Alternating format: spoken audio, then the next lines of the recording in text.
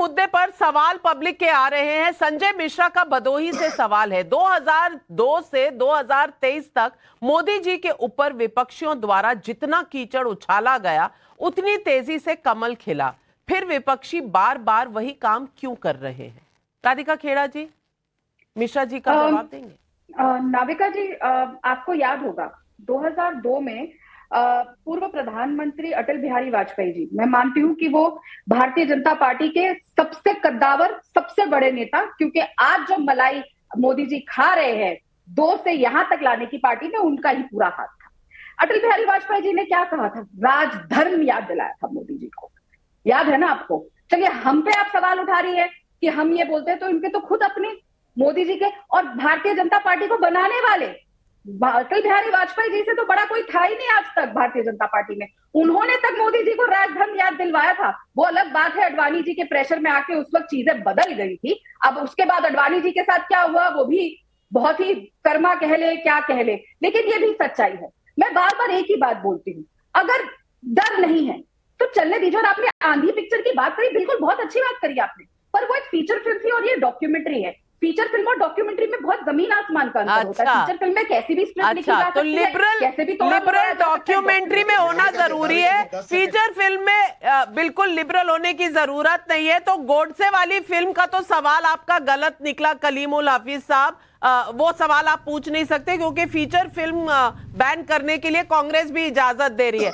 बाकी कांग्रेस का dirty tricks department जो है, उसने आदरणीय नरेंद्र मोदी जी के विरुद्ध सारे अपयश फैलाने के षड्यंत्र रचे, और उन सारे जो इन्होंने कीचड़ फेंके, वो कीचड़ जितना, जैसे पूछा ना मिश्रा जी ने भदोही से, कि जितना कीचड़ फेंकते गए कमल उतना खिलता चला गया। तो आदरणीय नरेंद्र मोदी जी के संदर्भ में आदरणीय अटल बिहारी वाजपेयी जी ने कहा था कि राजधर्म निभाना चाहिए, और आपने निभाया। तो निभाना चाहिए पर रुक गए, निभाया ये भूल गए, क्योंकि उनको वो सूट नहीं करता था। ये पार्ट भी प्ले कर दीजिए। और 1984 के दंगों में आज दिन तक कमलनाथ के विरुद्ध कार्रवाई क्यों नहीं की, पूछ लो तो कोई उत्तर नहीं है। सज्जन कुमार के विरुद्ध आपने कार्रवाई क्यों नहीं की थी, कोई उत्तर नहीं है। जगदीश टाइटलर के खिलाफ क्यों कार्रवाई नहीं की थी, कोई उत्तर नहीं है। और जबकि जो है यहाँ पर तो गोधरा कांड होता, और कांग्रेस का जो पार्षद है वो गोधरा कांड का मुख्य अभियुक्त है, और वो लश्कर ए तोयबा के कारण करता है।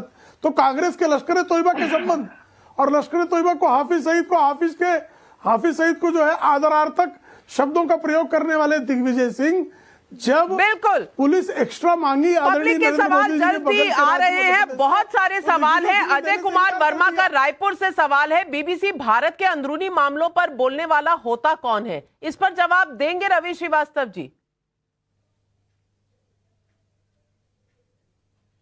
बिल्कुल, क्यों नहीं। आज देश पूरे अंतरराष्ट्रीय पटल पर सबसे आगे खड़ा हुआ है, तो सवालों के जवाब तो देने ही पड़ेंगे।